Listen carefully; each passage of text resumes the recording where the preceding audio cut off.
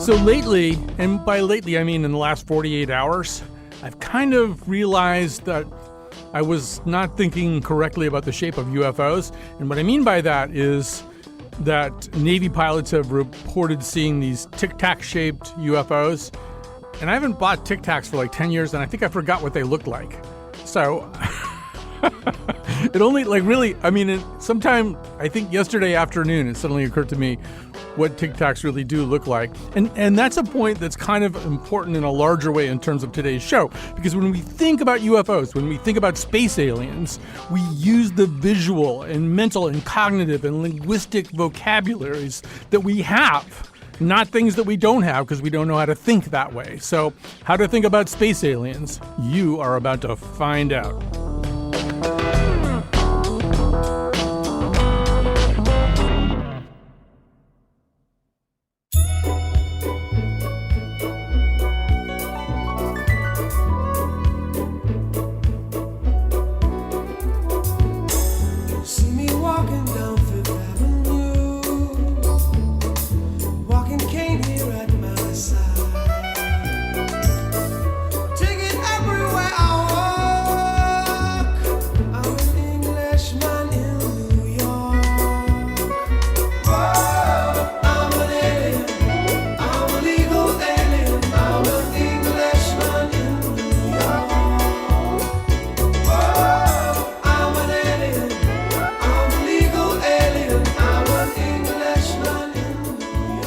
You know, when you're thinking about really complex questions, it's just amazing how good Sting is at just boiling them right down for you.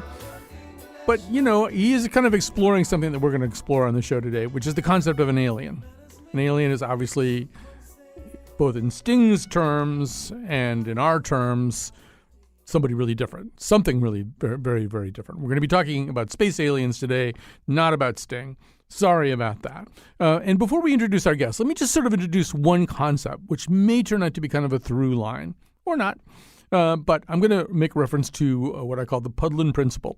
It's named after my late friend, David Pudlin. David Pudlin was my friend and a very, very smart and very, very funny person who knew way too much about chili dogs. Like, he had reams of notes about them. At one point, he entrusted me with a briefcase full of his thoughts about chili dogs in case anything happened to him, I guess.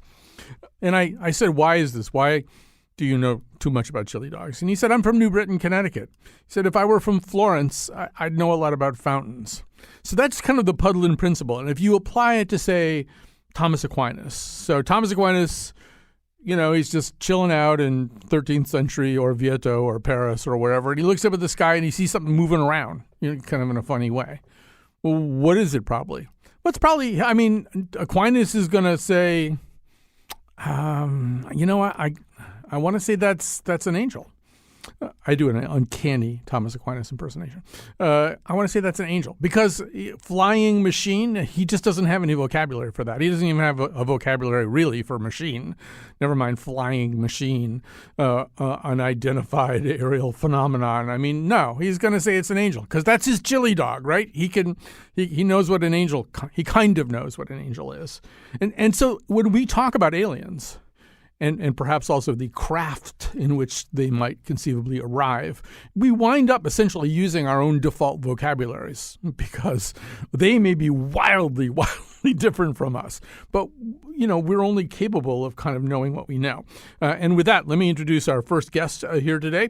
Very excited to have Kate Dorsch, a historian, philosopher of science, and the associate director of the Philosophy, Politics, and Economics program at the University of Pennsylvania. Her dissertation also, much talked about dissertation, explored the history of the scientific study of UFOs.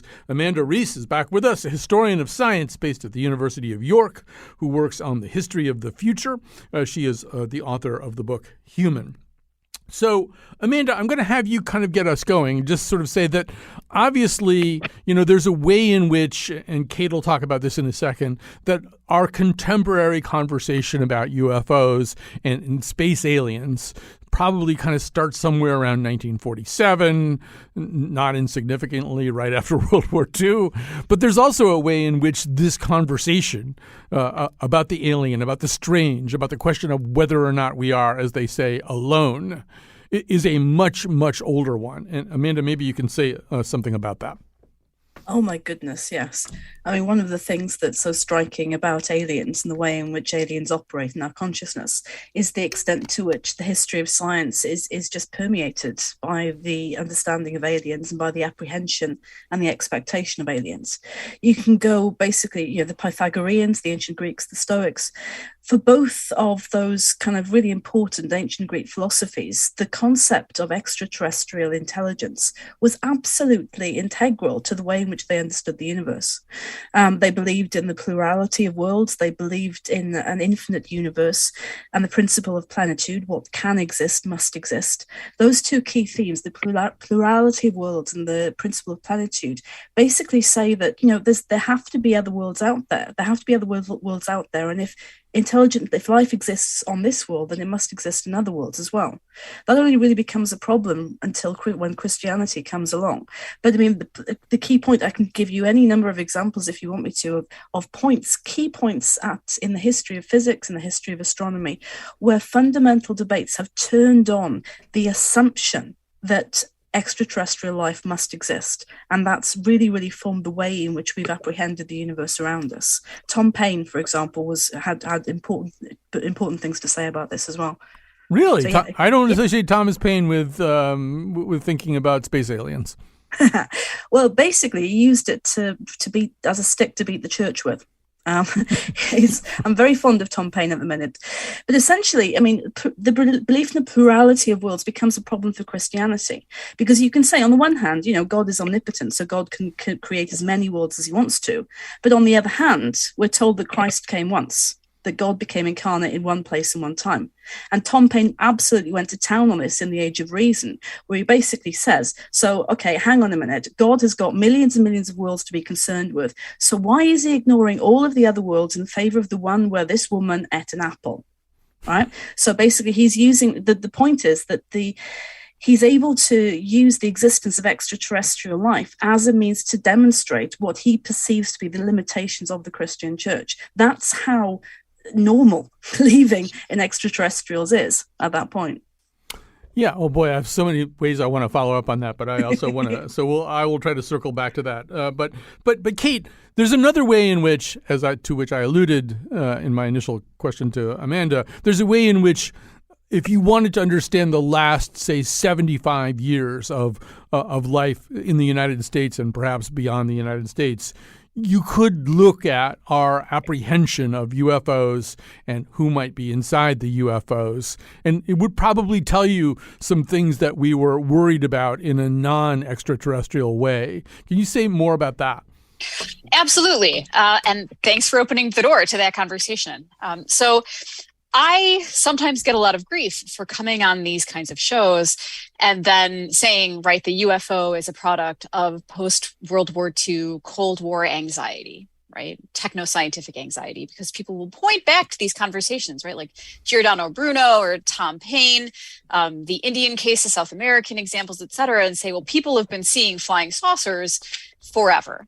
And there is a version of that is true, right? Humans have been seeing things in the sky for as long as we have written human history.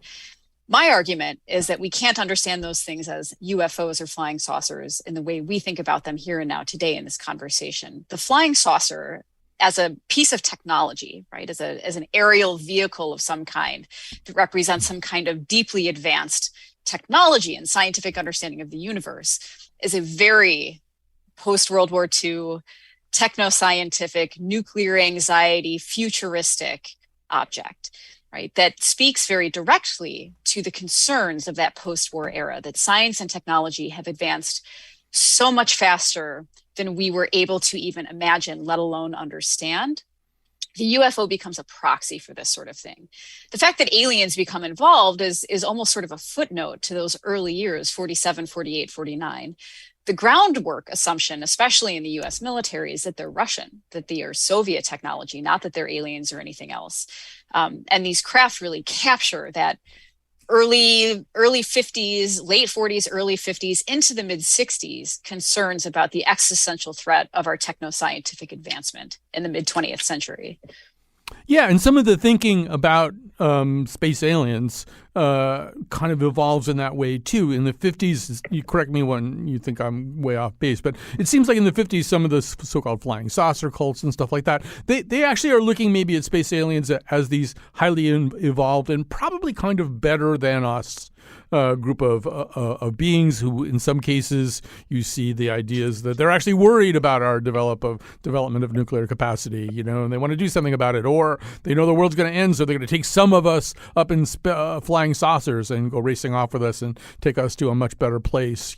And then in the 60s, the late 60s, you start to get that kind of idea. No, maybe they're abducting us and probing us and poking at us. Yeah. And then in the 90s, maybe you get this sort of, the rise of the X-Files and this kind of idea that everything that's wrong with government post-Watergate and everything that's suspicious about government post-Reagan, is in fact the product of some kind of cabal of rich, influential, politically connected people who are suppressing really important information about space aliens. You can sort of see some of the iterations of our own feelings about our society emanate from some of these scenarios.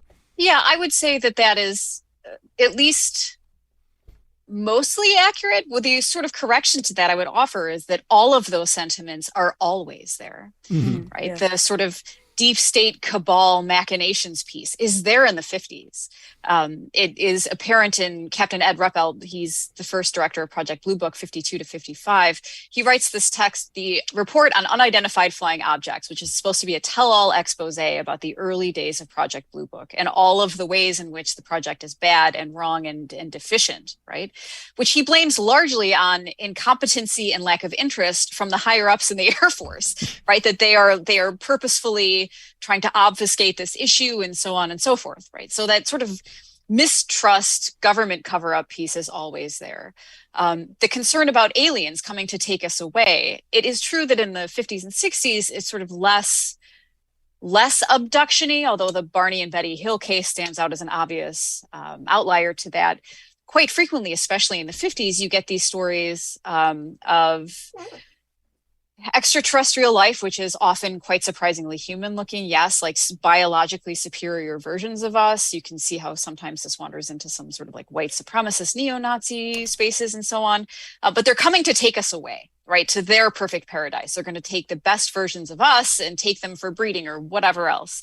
But then you also have examples like the day the Earth stood still, right, where a UFO has been sent to Earth to save us from destroying ourselves or potentially destroy us if we don't have the capacity to overcome our own sort of human flaws and the way we fight with each other and so on. So you do have all of these sort of pieces inside of this giant UFO lore. The question is more sort of what elements of that are dominant in any given decade. And these things do break up by decade pretty easily as well, which is clever.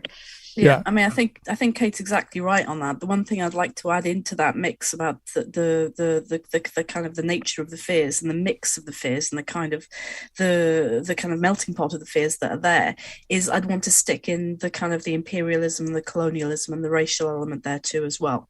Yes, you've got to remember, of course, you've got War of the Worlds, that the classic kind of alien invasion story, H.G. Wells' War of the Worlds, begins from Herbert George Wells's apprehension of what the European has done to the Tasmanian. That is to say that the Tasmanian has been exterminated because of the superior technology of the European. And War of the Worlds begins when H.G. Wells starts to imagine, well, what would happen if another race, another superior quote unquote race came along that could do to us what we've done to the rest of the world. And if you look at science fiction, and if you look at the cultural apprehension and the cultural appropriation of aliens throughout the 20th century, you can see that as another key element there, the fear that aliens can do to us, that is white Europeans, what white Europeans have done to the rest of the world. And that's why aliens are so scary. And that's why we react to them so strongly. Or that's one of the reasons why we react to them so strongly. Amanda, I'd also like to just talk about this more a little bit at the level of ontology and a little bit, for example, this is all so dependent on the notion of a we. Who are we? Yeah. And as your book points out, when we say we, we don't mean Lucy or Turkana Boy or Nutcracker Man or the Hobbit or the Neanderthals or the Cro-Magnons. The Hobbit, by the way, is a kind of hominid skeleton. But we're not thinking about, we have this idea that there's a definable we, and we are the ones who are going to encounter these beings from outer space. And then there's this kind of steady erosion and shaking up of the idea of we. Copernicus kind of tells us we're not at the center of the universe. Darwin tells us we are not completely set apart from the rest of nature. We're just a product of a progression that exists within nature. Freud tells us maybe the universe had good taste in not making us the center of the universe. So maybe you can talk a little bit about that too. Like all of our anxieties about what it means to be human, to evoke a title, seem to be embedded somewhat in how we start thinking about who's going to come visit us. Yeah, and it goes back exactly to the point that Kate made so eloquently about the fact that UFOs are a product of that particular techno-scientific culture that we live in. We often means European white males, and that's incredibly closely tied to the history of science and the impact that science and technology has had both on our societies and on the rest of the world. If you look, one of the things that we explore in the book, which is basically, it's an exploration essentially about how we define and understand human. And the category of alien is so incredibly important to that, not just in terms of aliens visiting from outer space, but with the theme with which we began. I'm an alien, I'm a legal alien, and we worry so much about illegal aliens these days. We worry so much that we build walls and cages to keep the aliens out and to hold the aliens in. And the ability to define something or someone as an alien often means, essentially what it means is you can deny their humanity. Back to H.G. Wells and the capacity of the alien European to destroy the Tasmanian. So, it is who we are is absolutely fundamental to understanding how we apprehend the other. The alien is, in a sense, then the ultimate other, ontologically speaking. It's the category that is not us, that is scary, that is out there, that is either going to defeat us or be defeated by us. And that kind of Darwinian notion of survival of the fittest, fight or be defeated. Your audience is probably familiar with the three-body problem, the series of novels produced by the Chinese author. Oh gosh, and I've forgotten his name. Kate, help me out here. I can't come up with his name either, but. Lou, is that his last name? Yeah, that's it. Right, yeah. Thank you. So yeah, of course. That moment of complete mental wipeout, where essentially what he's doing in that novel is exploring kind of alien invasions in the context of the contact that China had with the Western world. And that fear of contact with other cultures. Do you embrace contact with other cultures or do you fight back? Because literally, basically, the fear is of being engulfed, of essentially somebody coming along and taking the ability to speak English away from us in the same way that our predecessors took the ability to speak indigenous languages away from the populations that we contacted in the past. I think also, Kate, there's a way, and I'm going to bring up kind of an odd idea, but I listened to another interview with you in which you described yourself as a big nerd. So yeah. I don't feel bad about throwing something at you. Yay, nerds! Yay, nerds! So there's a way in which, thinking about aliens, thinking about space aliens allows us to think, as I was saying before to Amanda, of ourselves as kind of a stable unit, right? We're sort of the same. We are a noticeable species. Everything else is sort of different. And that, I think, allows a lot of things to go unexamined. I mean, one real nerdy thing to think about is, well, what if the simulation hypothesis is real? What if we're actually living in a simulation right now and we're not really all that stable? We're some kind of we're programmed by some super intelligent entity. It would actually explain a lot about why UFOs don't make that much sense, right? Like, why do they have lights on them and windows and stuff like that? Right. Or what if we are not a species but an iteration? We're in the process of becoming more and more quote unquote transhuman. We might be non-biological in 1,000 years. There's sort of a way in which we don't think about any of that because we just assume that whatever we are in 2022, that's what a human being is.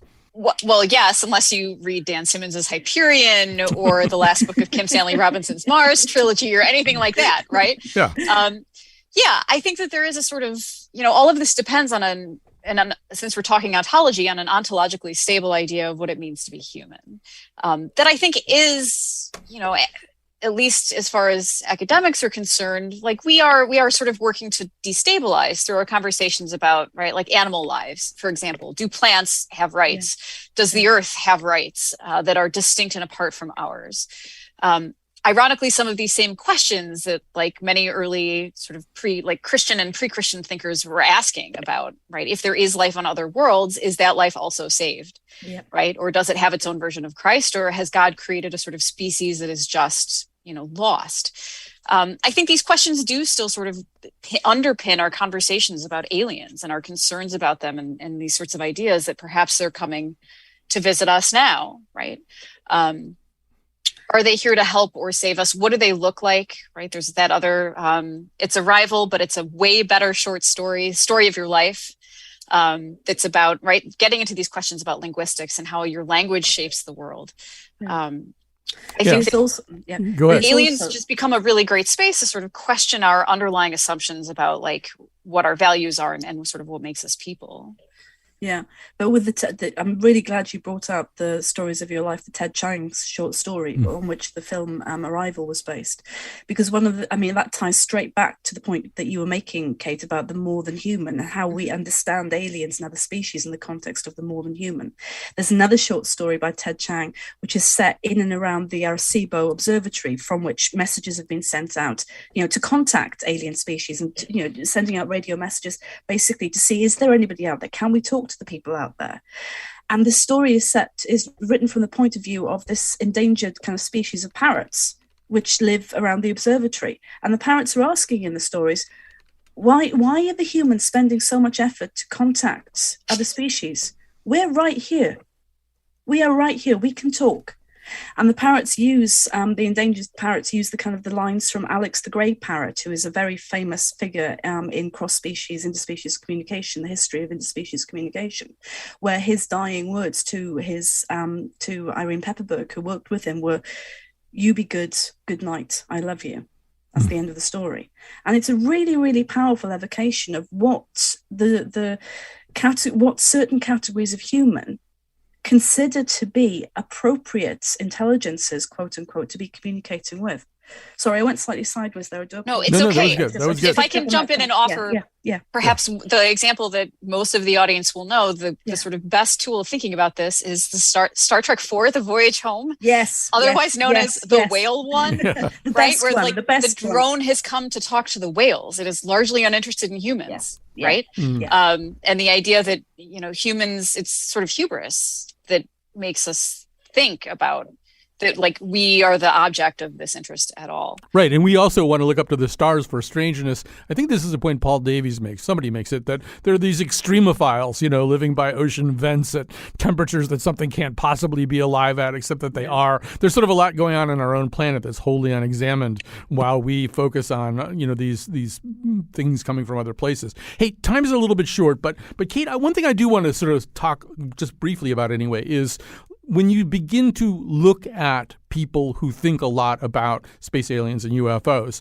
that's its own field of study, too. If you were, now here I'm going to name drop, and I apologize, but I have actually met in my life Betty Hill, although she was Betty Andreasen at the time. And it was at a MUFON conference somewhere in the early 1980s.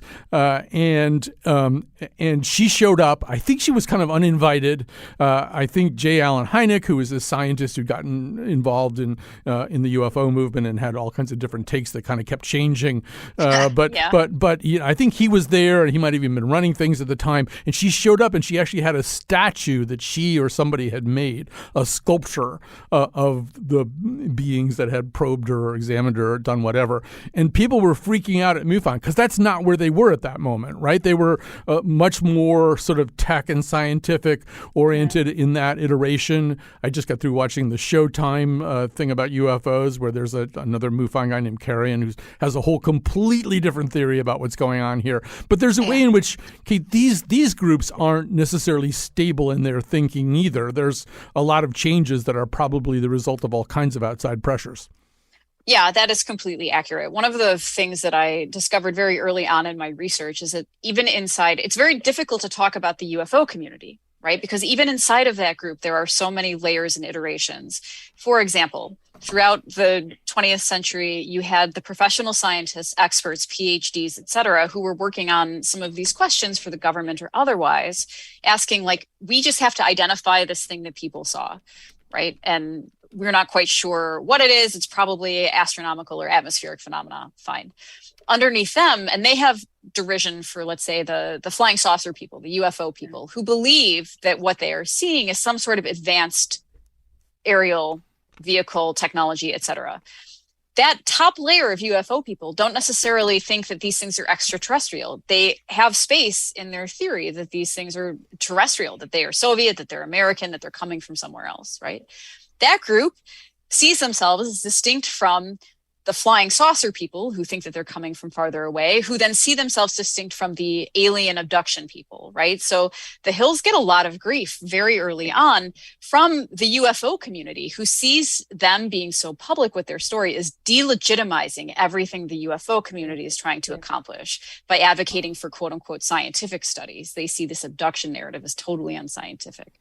All right, these communities have gone through so many changes over the decades and continue to, based on sometimes really local factors: who's in charge, who's paying dues, who's publishing their publications, who's the voice of the movement, and so on. Yeah, and who had a bestseller too. Right, and Hynek was the king of ufology, right? He got involved in 1947 or 1948 and stayed sort of the father of ufology until he died in the early 80s.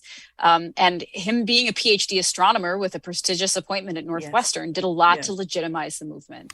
We're going to have to pause there. I apologize for this. Kate Dorsch, historian, philosopher of science, associate director of the Philosophy, Politics, and Economics program at UPenn. Amanda Rees, historian of science based at the University of York, who works on the history of the future. She's the author of the book Human. Amanda, there's enough in this book that we can have 2 or 3 more visits with you, and I look forward to those. We're going to take a break. Our senior producer, Lily Tyson, is especially worried about this whole thing of sending Stephen Colbert's DNA and Beatles songs and Dorito commercials, which these are all actually things that have been sent out into space as some kind of messaging. Is that a good idea? Do we want to put the welcome mat out before we know who's stepping on it?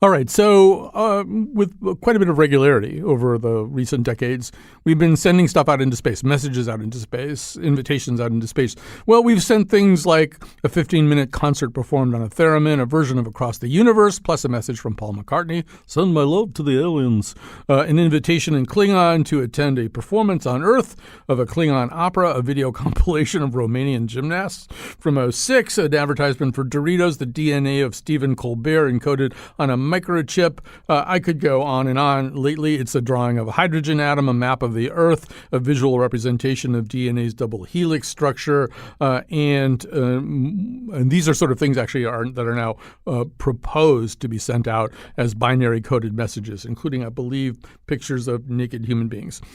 So the question might arise, and it has arisen in the mind of our senior producer, Lily Tyson. Is this a good idea? Here to explore that question with us, Seth Shostak, a senior astronomer at the SETI Institute, author of Confessions of an Alien Hunter, a scientist's search for extraterrestrial intelligence, among other books, and host of the radio show and podcast Big Picture Science. Welcome to our conversation. Thank you very much, Colin.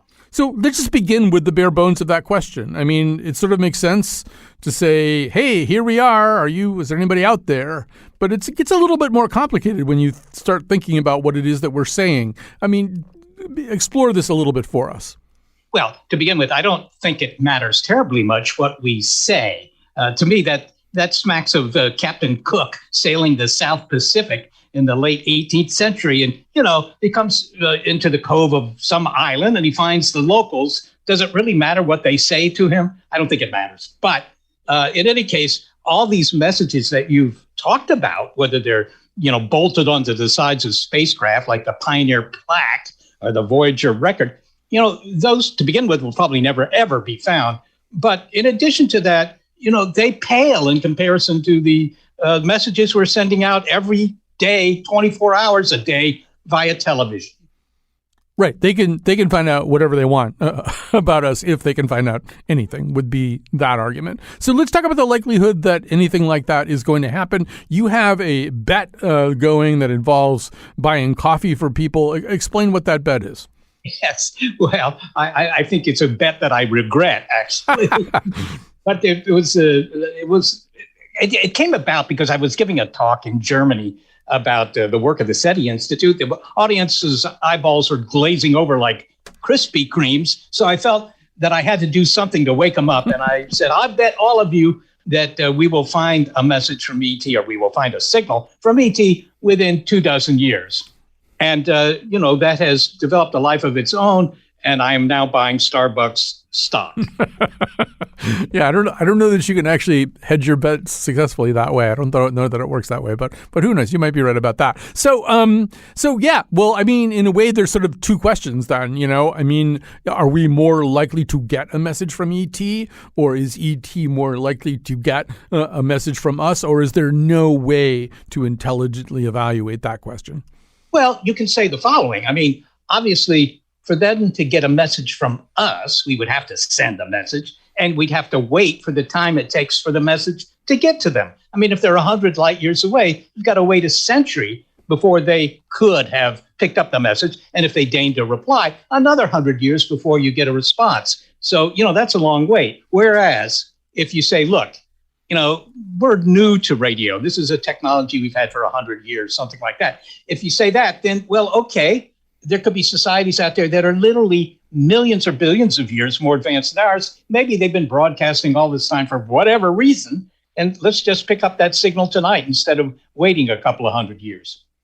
Yeah, so I mean, and then that kind of raises the question: what are we in it for? I mean, to the extent that we're involved in SETI, what are we in it for? Are we in it because we actually think we could have a fruitful exchange with a being or culture or civilization thousands and thousands of light years away? Are we in it because we just want to know, because that's what science is? Science is just wanting to know. Can you talk a little bit about, well, maybe your motivation in particular? Yeah, I think it's more the latter than the former. I think it's simply that we would like to know. I mean, it's like saying, well, doggone it, we discovered a continent here that we didn't know about as a European, say Africa, for example, or Australia. I mean, you would want to know what's there, right? I mean, it's just curiosity. And that's what drives what's called basic research. And I think that this is a sort of a form of basic research to try and find a signal that would tell us somebody's out there. It's just knowing things. And it turns out that that's the most fruitful avenue of research that science does. So I think that there's a long history of that, curiosity, if you will. So we want to know whether we could ever understand what they're saying or get into some sort of dialogue. I mean, that's a little dicey because after all, I don't know that if the trilobites had an experiment, they could have talked to humans very fruitfully from their point of view. But it's a possibility that we would learn something from the exchange. Well, I mean, the other possibility and one of the other outcomes of curiosity, I'm trying to remember what Oppenheimer says at the atomic test. It's something like what hath man wrought or something like that. And Hawking said kind of the same thing about this kind of curiosity. You and your curiosity, you've got to go poking around out there in places where things may live that you don't know anything about. I mean, there is an argument coming from great minds like Stephen Hawking and Lily Tyson that say, don't do this. It's just an invitation for trouble. Well, I can't speak to Lily's motivation here, but I will say that, Stephen Hawking did make an offhand comment about lesser societies encountering more advanced societies, not always good. And so that's certainly true. That's simply historical. And it's based, by the way, on human experience. The aliens may have a different point of view, but whatever, right? That's certainly true. But if you're going to worry about that, if you say, look, let's not send any interrogatories, if you will, to the sky. Let's not point any powerful transmitters at the sky. Then you better start shutting down all the radars at your local airport because they're broadcasting 24/7. So, I mean, if they're hostile aliens out there, they might pick up, LaGuardia's airport and decide to flatten our planet, which would be a trick. Yeah, no, they may show up and say, Lost should have ended after 4 seasons. It would have been so much better if they didn't do the 5th season. They may be watching our culture all the time and coming up with opinions about it. But I'd also like to know, how fast is the science and the technology changing? In other words, in terms of searching or reaching out, how much better and faster are we getting at that stuff? Yeah, well, 99% of all SETI work is listening. It's not broadcasting. We don't broadcast. We don't even have transmitters to broadcast. We leave that to, Connecticut Public Radio. Let them broadcast, right? That's going off into space. You could ask yourself, what's the consequence of that or the potential consequence of that? But, listening is something that it might pay off tonight. That's the big advantage of it. And as far as, what we would learn, I mean, suppose we were to pick up a signal tomorrow. What would that tell us? It would tell us that life and intelligence are not some sort of miracle that only happened on this planet, but it's, there's likely to be all over the universe. So that's an interesting thing to learn. So let's imagine for a moment, because it's not a far-fetched comparison, I don't think, that you are the Jodie Foster character in Contact. So you're one of the people that call. So you get the call. They call you up. They say, Seth, it's finally happening. We're finally getting the signal that we've been listening for. We've picked up something that really appears to be significant and real. How are you going to feel that day? I mean, excited, scared, all of the above? Yeah, well, of course, it's a mix of things. And I can speak to this simply because we've had what you might call false alarms. Mm-hmm. Well, that's what they were, false alarms, right? Where you pick up a signal and in the course of a day, you might still believe that this signal is actually what you're looking for, a signal from another society on another planet around another star. Okay. And we've had that happen, not often, but we did have that happen. In fact, in 1997, there was a signal like that. And, my reaction, I think it was not so different from others, was that I was very nervous. Suddenly, everything I had on my agenda for the next week, for the next year and maybe more, was you just wiped from the boards. You had to start over. Suddenly, your life is really shifted, right? It's like, maybe like Chris Columbus, for a month, he just sees water around his ship. And then suddenly, there's land. That changes everything. And this would be, I think, more profound than that. Absolutely. No, I mean, I would want to just buy some new clothes or something. I want to look nice when they get here. Seth Shostak is senior astronomer at the SETI Institute, author of Confessions of an Alien Hunter, A Scientist's Search for Extraterrestrial Intelligence, host of the radio show and podcast Big Picture Science. Thanks so much for this conversation. We're going to go from there after this break to a conversation with a linguist. Let's say we do have to start, quote, talking, unquote. How are we going to do that? Who's in the best-selling show? Is their life on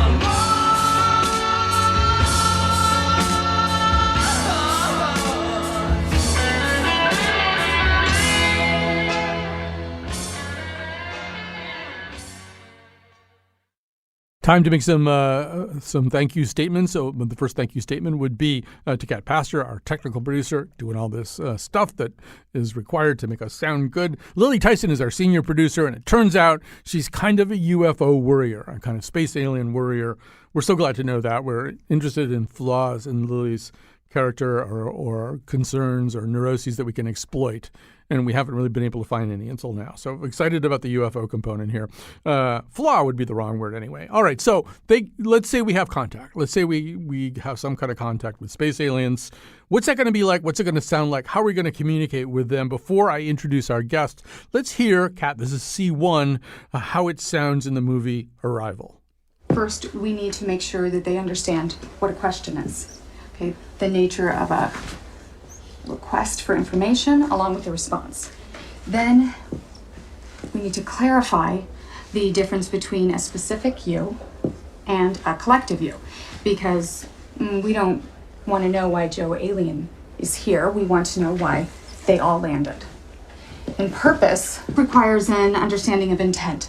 We need to find out, do they make conscious choices, or is their motivation so instinctive that they don't understand a why question at all? And biggest of all, we need to have enough vocabulary with them that we understand their answer. So here to talk about that is probably the person that they based the character of Louise, a.k.a. Amy Adams, on, Sherry Wells Jensen, Associate Professor of English and Linguistics at Bowling Green State University, who's on the board of the directors of METI, Messaging Extraterrestrial Intelligence International.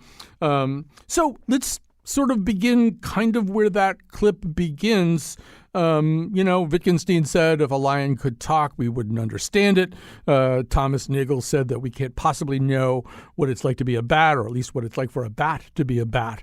So what are the odds that we would have any possible common way of beginning some kind of information exchange with an extraterrestrial entity?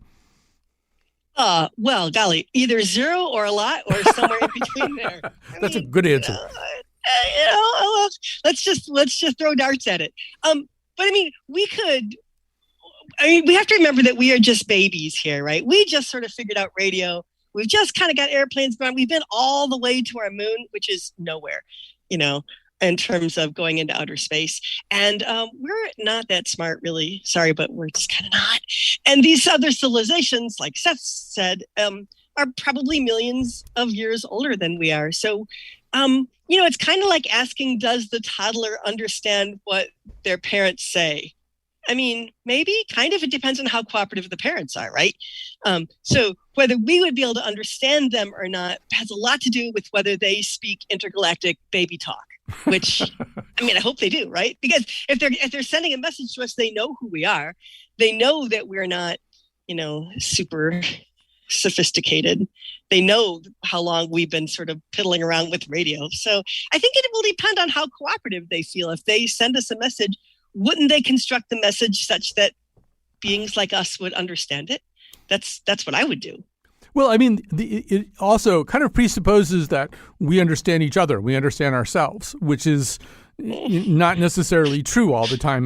For example, you've made the point that in some cultures, you don't say to someone who's standing to the left or to the right of somebody, you use the points of the compass. So at all times, you have to know the points of the compass relative to where you're standing. That would be something that I would have a lot of trouble doing with whoever it is from the culture who does things that way.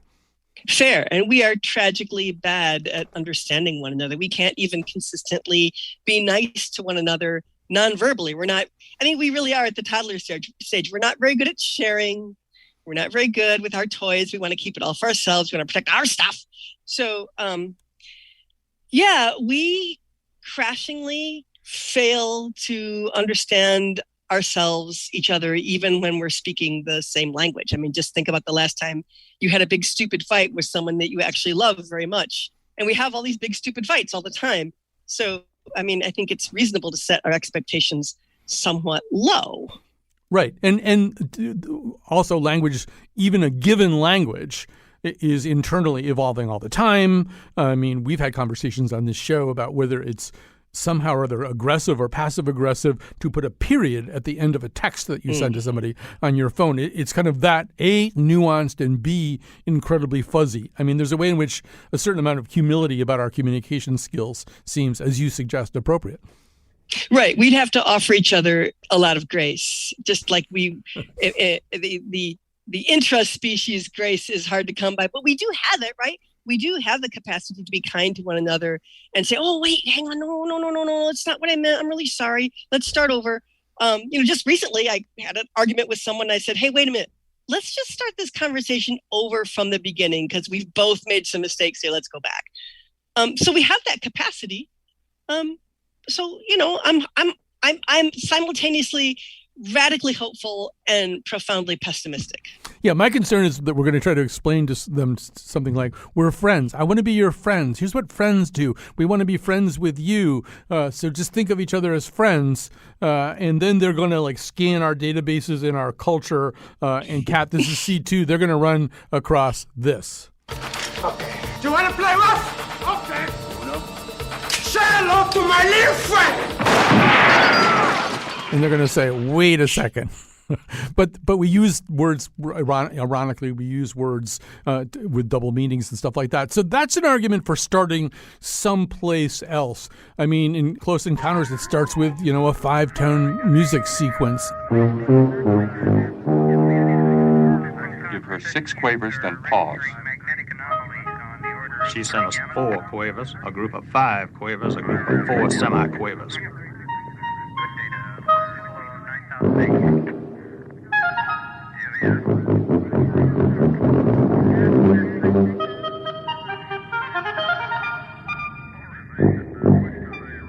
The only thing these phrases have in common are 5 signals. I hope somebody's taking all this down. What are we saying to each other? It seems they're trying to teach us a basic tonal vocabulary. It's the first day of school, fellas. So is it your guess that our starting base, I mean, it might be on them to figure out how to start talking to us if we're way stupider than they are, but is it likely to be sort of something other than words? Could be something other than words, and that makes sense. I mean, our first contact is likely to be just a radio signal that is clearly artificial. And so the only information we'll have about them is that they exist and they're intelligent. And that should be enough to blow all minds on the planet right there. That's big. And then from there, if we are the toddlers and they are the grown-ups, they will understand what we're like. We're probably not their first contact, right? It's first contact for us. We're all excited. Wah! But for them, it's like, okay, there's another one. Probably a type 4. Okay, fine.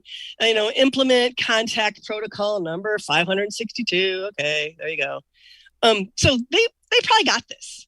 Right. So, I mean, another way to think about this, and it kind of came up in the first segment of the show, is that, we're only so at understanding the communications of non-human animals around us.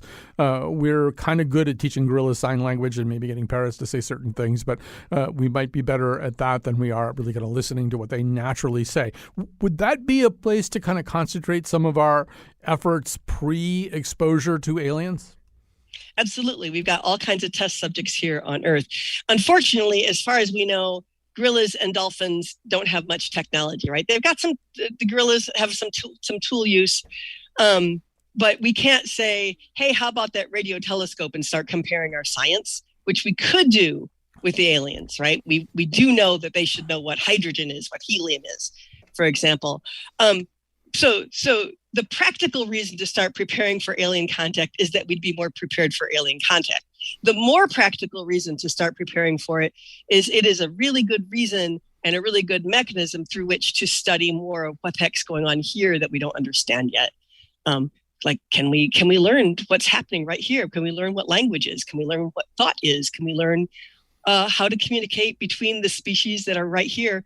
And can we please, not destroy the planet so that we have time to learn these things? Right. I feel like I just have to say, because otherwise I'll get emails from Douglas Adams fans that, he points out that human beings think they're superior to dolphins because human beings have invented things like New York City and Southwest Airlines and things like that. And dolphins are just frolicking around in the water the whole time. And the dolphins think the opposite for the exact same reason. Like everything that we think of as a great accomplishment, that maybe they look at it and think, I wouldn't do that. That's just that's no fun at all. I'd rather be swimming and eating fish. Fair, me too. So I guess with the time that remains, I guess I wonder what would be you. I mean, we should say you think about this a lot. You've spoken a lot about it. Sometime in the next 20 years, the signal may come. I just asked Seth what he would be feeling at that time. I guess I'd like to know what you'd be thinking at that time. Like, what would you want to do if they crook their fingers at you and say, hey, get over here. You're the one who really thinks about this a lot. What are we supposed to do right now? What's maybe your first 1 or 2 questions? We only have about a minute and a half left, though. Well, okay, first there's the 5 minutes of ceaseless screaming. And then there's I just think I want to listen more than I want to talk. Right? I just want to know, what would their first thing be that they would want to say to me? That's what I want to know. Because I don't know what to say to them. I know nothing about them.